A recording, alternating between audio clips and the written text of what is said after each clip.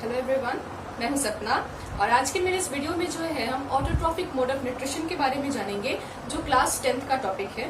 So lesson 1 class 10th biology that is life processes. इसका मैंने human physiology जो है अपने प्रीवियस वीडियोस में खत्म कर चुका है। आज जो है मैं प्लांट फिजियोलॉजी स्टार्ट करने वाली हूँ। तो सबसे पहला जो टॉपिक है हमारा प्लांट फिजियोलॉजी का वो है ऑटोट्रॉफिक मोड ऑफ न्यूट्रिशन। ठीक है। सो बेसिकली मैंने अपने न्यूट्रिशन वाले वीडियो में भी आपको बताया था कि व्हाट आर ऑटोट्रॉफ्स। तो those organisms who make their own food, who prepare their own food, they are called as autotrophs. ठीक है। तो जो अपना खाना खुद बनाते हैं, एग्जाम्पल ग्रीन प्लांट्स जो है उन्हें हम ऑटोट्रॉफ्स कहते हैं क्योंकि वो अपना खाना जो है वो खुद प्रिपेयर करते हैं। ठीक है। तो अब आया कि वो अपना खाना कैसे प्रिपेयर करते हैं। तो green plants prepare their food by the process of photosynthesis. ठीक है। तो फोटोसिंथेसिस होता क्या है, तो अगर हम फोटोसिंथेसिस वर्ड को देखें तो फोटो का मतलब होता है लाइट और सिंथेसिस का मतलब होता है मेक, प्रिपेयर, कुछ प्रिपेयर करना। ठीक है। सो ग्रीन प्लांट्स जिस प्रोसेस से अपना खाना बनाते हैं उसी प्रोसेस को जो है हम फोटोसिंथेसिस कहते हैं। अब इस प्रोसेस के लिए जो है खाना बनाने के लिए रॉ मटेरियल्स भी चाहिए होंगे। ठीक है। तो वो रॉ मटेरियल्स जो है वो प्लांट्स को कहाँ से मिलते हैं और वो क्या क्या है। ठीक है। तो basically 4 things are required for the process of photosynthesis. मैं लिख देती हूँ सबको यहाँ पे। The number 1 thing is sunlight, जो एनर्जी देता है स्प्लिटिंग ऑफ मॉलिक्यूल्स के लिए। The second thing is chlorophyll. ठीक है। Chlorophyll is also known as food factory और kitchen of plants, because chlorophyll के अंदर ये किचन है जहां पे खाना बनता है। अगर क्लोरोफिल नहीं होंगे तो खाना नहीं बनेगा। तो जो ग्रीन पिगमेंट्स है क्लोरोफिल, ठीक है, वो लीव्स में प्रेजेंट होते हैं। उसी की वजह से जो आपका लीव्स है वो ग्रीन दिखता है। और जहां जहां ये क्लोरोफिल एब्सेंट है वहां वहां फोटोसिंथेसिस नहीं होती है। मैं अभी थोड़ी देर बाद आपको जो है बताऊंगी एक एक्टिविटी के थ्रू। ठीक है। The third thing is carbon dioxide and the fourth thing is water. ठीक है। तो सनलाइट तो धूप से मिल जाती है, क्लोरोफिल प्लांट्स की लीव्स में प्रेजेंट होता है, कार्बन डाइऑक्साइड उसे एयर से मिलती है और वाटर जो है उसे रूट से जो है प्लांट्स जो है वो एब्जॉर्ब करते हैं। So these 4 things are required. तो होता क्या है, ठीक है, 3 प्रोसेस होता है फोटोसिंथेसिस में। सबसे पहला प्रोसेस होता है कि सनलाइट जो है वो क्लोरोफिल पे पड़ती है। ठीक है। क्लोरोफिल के अंदर जो है सनलाइट जब जाती है तो सनलाइट क्या करता है, तो सनलाइट जो है अंदर जो है वो वाटर मॉलिक्यूल्स को स्प्लिट कर देता है। सनलाइट की जो एनर्जी है, जो इंटेंसिटी है, उस एनर्जी की हेल्प से जो है क्लोरोफिल के अंदर क्या होता है, दे स्प्लिट वाटर मॉलिक्यूल्स। हाइड्रोजन और ऑक्सीजन जो है वाटर में से अलग कर देते हैं। ठीक है। दूसरा प्रोसेस ये है splitting of hydrogen and oxygen from water molecules. और तीसरा प्रोसेस होता है कि कार्बन डाइऑक्साइड की ऑक्सीडेशन करना।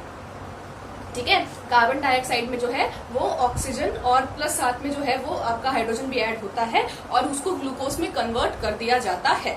अगर मैं क्लोरोफिल की रिएक्शन लिखूं तो क्लोरोफिल का रिएक्शन कुछ इस तरह से होता है। ठीक है। 6CO2 plus 6H2O। ठीक है। अब मैंने यहाँ पे 6 मॉलिक्यूल्स इसलिए लिए हैं क्योंकि जो हमें मिलता है glucose that is of 6 carbon, तो उसके जो है बैलेंसिंग के लिए जो है मैंने यहाँ पे 6 कार्बन डाइऑक्साइड लिया है। ठीक है। तो 6CO2 प्लस 6H2O। एरो के ऊपर जो है आप सनलाइट लिखते हैं और नीचे जो है आप क्लोरोफिल लिखते हैं। अगेन जो चीजें these two are catalyst, जो चीजें रिएक्शन के लिए जरूरी होती है बट रिएक्शन का पार्ट नहीं होती है, उन्हें हम एरो के ऊपर नीचे लिखते हैं। ये हमने केमिस्ट्री में पढ़ रखा है। ठीक है। अगर आपने नहीं पढ़ा तो मैं आपको बता देती हूँ यहाँ पे कि जो भी चीजें जो लेफ्ट हैंड साइड पे चीजें होती हैं उन्हें हम रिएक्टेंट्स कहते हैं और जो एरो के राइट हैंड साइड पे चीजें होती हैं उन्हें हम प्रोडक्ट्स कहते हैं। इसके अलावा भी कुछ चीजें होती है किसी रिएक्शन में जो रिएक्शन जिनकी वजह मतलब सिर्फ वो हेल्प करते हैं रिएक्शन में, रिएक्शन का वो पार्ट नहीं होते हैं, बस वो हेल्प करते हैं रिएक्शन में। जैसे सनलाइट और क्लोरोफिल कहीं यूज नहीं हुआ है ये, लेकिन these 2 are necessary for this process, इसलिए इनको एरो के ऊपर नीचे लिखा गया है। और यहाँ बनेगा आपका 6C6H12O6। This is your glucose molecule plus 6O2। और यही जो O2 है आपका एयर में रिलीज कर दिया जाता है, जो हम फिर ब्रीथ करते हैं, रेस्पायर करते हैं, हम हो या फिर प्लांट्स हो। ठीक है।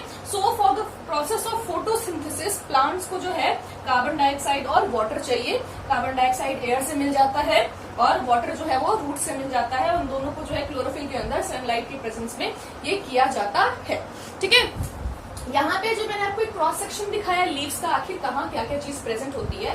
सो अगर आप लीव के इस वाले पार्ट को देखेंगे, थोड़े से पार्ट में तो यहाँ पे दिखाया गया है, तो सबसे ऊपर एक लेयर है वैक्सी क्यूटिकल की, जो ट्रांसपिरेशन या फिर लॉस ऑफ वाटर को होने ज्यादा रोकता है।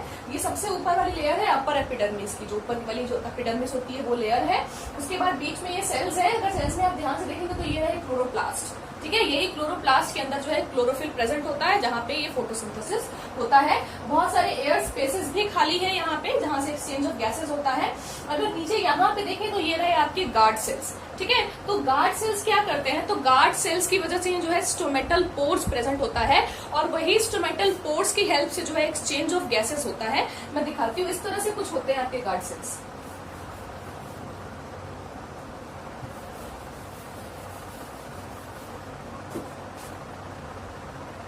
बीन शेप के होते हैं, टू ऑपोजिट। ठीक है, इनके बीच में जो ये स्पेस होता है यही होते हैं स्टोमेटल पोर। नाक जिसे आप कहते हो, नोज होते हैं ये प्लांट्स के, इन्हीं के थ्रू जो है गैसेस अंदर बाहर एक्सचेंज होते हैं। कार्बन डाइऑक्साइड अंदर जाता है, ऑक्सीजन बाहर जाता है, एंड वाइस वर्सा दोनों होता है। मतलब ठीक है, रेस्पिरेशन के लिए ऑक्सीजन भी यूज किया जाता है, वो मैं अपने नेक्स्ट वीडियो के सेक्शन में बताऊंगी आपको। ठीक है, तो ये रहा आपका गार्ड सेल्स। तो जब ये खुल जाता है तो स्टोमेटल पोर्स खुल जाती हैं, जिसकी वजह से जो है एक्सचेंज ऑफ गैसेस स्टार्ट हो जाता है। लेकिन स्टोमेटा से ही जो है वो ट्रांसपीरेशन भी होता है, that is loss of water. जो वाटर है प्लांट्स में से वो ट्रांसपीरेशन के थ्रू जो है स्टोमेटा के थ्रू ही जो है बाहर निकलता है। इसीलिए क्या होता है, जब फोटोसिंथेसिस नहीं करनी होती है प्लांट्स को, तब जो है ये स्टोमेटल पोर्स क्लोज हो जाते हैं, ताकि ज्यादा से ज्यादा वाटर जो है वो प्लांट्स में से लॉस ना हो पाए। ठीक है, तो उस टाइम क्या होता है, गार्ड सेल्स जो है वो बंद हो जाते हैं, इस तरह से हो जाते हैं। ठीक है, तो अब ये ओपनिंग एंड क्लोजिंग ऑफ जो गार्ड सेल है वो डिपेंड करता है वाटर पे। जब वाटर जो है गार्ड सेल्स के अंदर घुस जाएगा तो वो जो है स्वेल कर जाएगा और वो फूल जाएगा, तो पोर्स एक्सपोज हो जाएंगे, खुल जाएंगे, और जब उसमें से वाटर निकल जाएगा तो गार्ड सेल श्रिंक कर जाएंगे और फिर जो है वो स्टोमेटल पोर्स बंद हो जाएगी। ठीक है, अब आया कि हमने यहाँ पे 4 चीजें जो पढ़ी थी, सनलाइट, क्लोरोफिल, कार्बन डाइऑक्साइड और H2O वाटर, ये चारों चीजें फोटोसिंथेसिस के लिए जरूरी है। तो इन चारों चीजों के लिए जो है आपकी बुक में एक्टिविटीज दी गई हैं, डिफरेंट डिफरेंट एक्टिविटीज, जहां पे आपको ये बताया गया है, प्रूव दैट की sunlight is necessary for photosynthesis, prove that chlorophyll is necessary for photosynthesis, and carbon dioxide and water. और जो है इन एक्टिविटीज से जो है देखा गया है कि लास्ट फ्यू ईयर्स में जो है बहुत ज्यादा तरह से क्वेश्चंस पूछे गए हैं। या तो आपसे डायरेक्ट एक्टिविटी पूछ ली गई है, या फिर एक्टिविटी बेस्ड जो है कुछ प्रैक्टिकल क्वेश्चंस भी जो है आपसे पूछे गए हैं। सो यहाँ पे जो है मैं आपकी एक्टिविटी 6.1 इस चैप्टर का जो सबसे पहला एक्टिविटी है, that is chlorophyll is necessary for photosynthesis, वो एक्टिविटी जो है मैं अपने इस वीडियो में आपको एक्सप्लेन करने वाली हूँ, बिकॉज वो जो है वो फोटोसिंथेसिस से रिलेटेड है। जब मैं आपको प्लांट रेस्पिरेशन पढ़ाऊंगी अपने नेक्स्ट वीडियो में, तब जो है मैं आपको दूसरी एक्टिविटी एक्सप्लेन करूंगी। ठीक है, तो बेसिकली आपको प्रूफ करना है कि क्लोरोफिल जो है वो फोटोसिंथेसिस के लिए नेसेसरी है। तो इसके लिए क्या करना है, तो सबसे पहले आपको बोला गया है कि टेक 1 वेरीगेटेड लीफ। ठीक है, आपको एक वेरीगेटेड लीफ लेना है। अब ये वेरीगेटेड लीफ होता क्या है, तो आप देखे होंगे बहुत सारे प्लांट्स ऐसे होते हैं, एग्जाम्पल मनी प्लांट। ठीक है, मनी प्लांट ऐसा होता है जिसके अंदर जो है आप उसकी जो लीव्स है वो पूरी ग्रीन नहीं होती है, कहीं कहीं ग्रीन होती है, कहीं कहीं येलो होती है ना। दैट मीन्स जहां पे ग्रीन है वहां पे क्लोरोफिल प्रेजेंट है, और जहां पे ग्रीन नहीं है, येलो है, वहां पे क्लोरोफिल एब्सेंट है। तो हमें यही दिखाना है कि जहां पे क्लोरोफिल प्रेजेंट है वहीं पे सिर्फ फोटोसिंथेसिस हो रहा है। ठीक है, तो इसके लिए हम करेंगे क्या, तो इसके लिए जो है सबसे पहले हम जो है वेरीगेट एक पॉटेड प्लांट लेंगे। ठीक है, और उसको हम क्या करेंगे, तो उसको हम जो है 3-4 दिन के लिए एक बंद कमरे में रख देंगे, अंधेरे कमरे में रख देंगे 3-4 दिन के लिए। अब हम ऐसा क्यों करेंगे, तो मैंने अभी एक टॉपिक यहाँ पे जो आपको बताया, ठीक है, थोड़ा सा इसको मैं एक्सप्लेन कर देती हूँ कि ये जो ग्लूकोज बना ना फोटोसिंथेसिस में, जो ग्लूकोज बना, अब ये सारा का सारा ग्लूकोज जो है plant at the time use नहीं कर लेते हैं। ठीक है, फॉर एग्जाम्पल जब हमारे घर में पापा लोग जॉब करते हैं तो सैलरी आती है। अब क्या सैलरी जो एक महीने की जो है आपको सपोज 25,000 आपके फादर की सैलरी है, तो क्या 25,000 पूरा खर्च कर देते हैं, नहीं करते ना। 2-4-5 हजार जो आप क्या करते हैं, सेविंग्स करते हैं। क्यों, फ्यूचर में काम आएगा कभी, इन केस कभी जैसे अभी लॉकडाउन चल रहा है तो बहुत से लोगों को सैलरी वगैरह नहीं मिल रही है, प्रॉब्लम हो रही है, तो ऐसे केसेस के लिए जो है हम पैसा बचा के रखते हैं। ठीक है, उसी तरह प्लांट्स क्या करते हैं, प्लांट्स का तो यही पैसा है ना, तो वो क्या करते हैं, ग्लूकोज जो है वो जितना प्लांट को एट द टाइम चाहिए होता है वो पूरे प्लांट्स में जो है वो ट्रांसपोर्ट कर देते हैं with the help of phloem. ये रहा आपका phloem and xylem phloem vascular bundles, ठीक है। उसके बाद क्या करते हैं, जो बच जाता है ग्लूकोज, ठीक है, जो एट द टाइम यूज में नहीं है, उसको प्लांट्स के डिफरेंट डिफरेंट पार्ट्स में जो है स्टोर कर दिया जाता है in the form of starch. अगर आपने मेरा डाइजेस्टिव सिस्टम पढ़ा होगा तो उसमें याद होगा आपको, मैंने बताया था कि हमारे बॉडी में भी जो है फूड को स्टोर करके रखा जाता है। हम जो ग्लूकोज लेते हैं वो ग्लूकोज हमारी बॉडी में भी एट द टाइम पूरा यूज नहीं किया जाता है, तो बाकी को ग्लूकोज को जो है ग्लाइकोजन में चेंज करके हमारी बॉडी में स्टोर किया जाता है ना, जिसके लिए इंसुलिन की जरूरत पड़ती है। सेम वही काम जो है यहाँ पे प्लांट्स में भी होता है। प्लांट्स लेकिन जो है वो क्या करते हैं, वो अपना जो ग्लूकोज है, जो स्टोर्ड फॉर्म है, वो स्टार्च की फॉर्म में जो है ग्लूकोज को स्टोर करके रख लेते हैं। एंड इसीलिए जो मैंने भी एक्टिविटी बताई कि आपको 6-5 डेज के लिए जो है, 3-4 डेज के लिए जो है आपको प्लांट को क्या करना है, तो अंधेरे कमरे में रखना है। क्यों रखना है? बिकॉज उस टाइम जो है आपको चाहिए, आपको जब देखना है कि खाना कहाँ बनता है, तो उसके लिए आपको पहले जितना भी स्टोर्ड फूड है वो खत्म करना है प्लांट्स का। जब आप अंधेरे कमरों में 3-4 दिन के लिए एक प्लांट को रखोगे तो उसने जितना भी फूड स्टोर करके रखा होगा अपने अंदर, वो सारा उसे यूज कर लेगा, उसको ग्लूकोज में चेंज करके यूज कर लेगा। अब प्लांट के पास स्टोर्ड फूड एकदम नहीं है, ठीक है। अब जो है उसको हम 3-4 दिन के बाद जो है 6 घंटे के लिए हम उस प्लांट को जो है धूप में रख देंगे। अब वो करेगा फोटोसिंथेसिस, ठीक है। उसके बाद हम क्या करेंगे, तो उसकी एक लीफ को हम तोड़ लेंगे 6 घंटे बाद, और आप एक बार ना एक ट्रेस पेपर पे मार्किंग बना लेना। एक ट्रेस पेपर लेके, ट्रांसपेरेंट पेपर होता है ट्रेस पेपर, कि कहाँ कहाँ जो है पूरा मार्क कर लेना, कहाँ कहाँ ग्रीन वाला पार्ट है और कहाँ कहाँ जो है वो येलो वाला पार्ट है, ठीक है। उसके बाद उसको जो है, उस लीफ को जो है सबसे पहले हम वाटर से वॉश करेंगे, गर्म पानी से वॉश करेंगे। उसके बाद जो है हम उसे अल्कोहल में डाल देंगे, और अल्कोहल में डालने के बाद उसको जो है हम, अल्कोहल को डायरेक्ट कभी बॉईल नहीं किया जाता है, because it is highly flammable, आग लग सकती है, ठीक है, याद रखिएगा। इसलिए अल्कोहल को हम क्या करेंगे, वाटर के कंटेनर में डालेंगे, और उस वाटर के कंटेनर को जो है हम हीट करेंगे, और अल्कोहल जब तक बॉईल नहीं हो जाता तब तक हम उसे 3-4 मिनट के लिए हीट करेंगे, ठीक है। डायरेक्ट कभी भी जो है वो अल्कोहल को हम डायरेक्ट जो है फ्लेम पे नहीं गर्म करते हैं। जब वो बॉईल हो गया, दैट मीन्स उसके सारे सेल्स जो है अंदर के वो मर जाते हैं। अब उसके बाद अब उसमें जो है क्या बच गया, वो जो फोटोसिंथेसिस में जो उसने ग्लूकोज वगैरह बनाया है वो उसमें बच गया, ठीक है।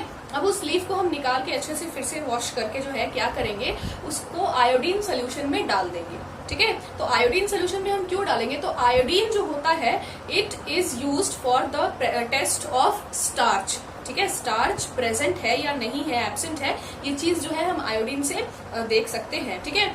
तो बेसिकली आयोडीन का जो कलर होता है वो वॉयलेट कलर का होता है। तो जैसे ही वॉयलेट वाले कलर के सोल्यूशन में आप उस लीफ को डालोगे, तो जहां जहां जो क्लोरोफिल प्रेजेंट है, या फिर मैं ये कहूं कि जहां जहां स्टार्च प्रेजेंट है, जहां जहां फोटोसिंथेसिस हुआ है और स्टार्च प्रेजेंट है, वहां वहां जो है कलर ब्लू ब्लैक चेंज हो जाएगा। ये इंडिकेट करेगा जब कलर चेंज होगा, जिस जिस जगह पे कलर चेंज होगा वो इंडिकेट है कि वहां पे स्टार्च पाया गया है, दैट मीन्स वहां पे फोटोसिंथेसिस हुई है। और जहां पे कलर चेंज नहीं होगा, वॉयलेट का वॉयलेट रहेगा, वहां पे जो है ये माना जाएगा कि फोटोसिंथेसिस नहीं हुई है, स्टार्च वहां पे एब्सेंट है।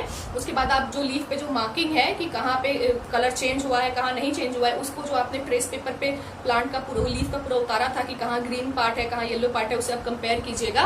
और आप ये देखिएगा कि जो ग्रीन वाला पार्ट है वहां पे फोटोसिंथेसिस हुआ है, वहां पे जो है आयोडीन टेस्ट पॉजिटिव आया है, ब्लू ब्लैक कलर दिखा है आयोडीन का, वॉयलेट से ब्लू ब्लैक कलर में चेंज हुआ है। और जहां येलो वाला पार्ट है वहां पे वो जो है चेंज नहीं हुआ है, ठीक है।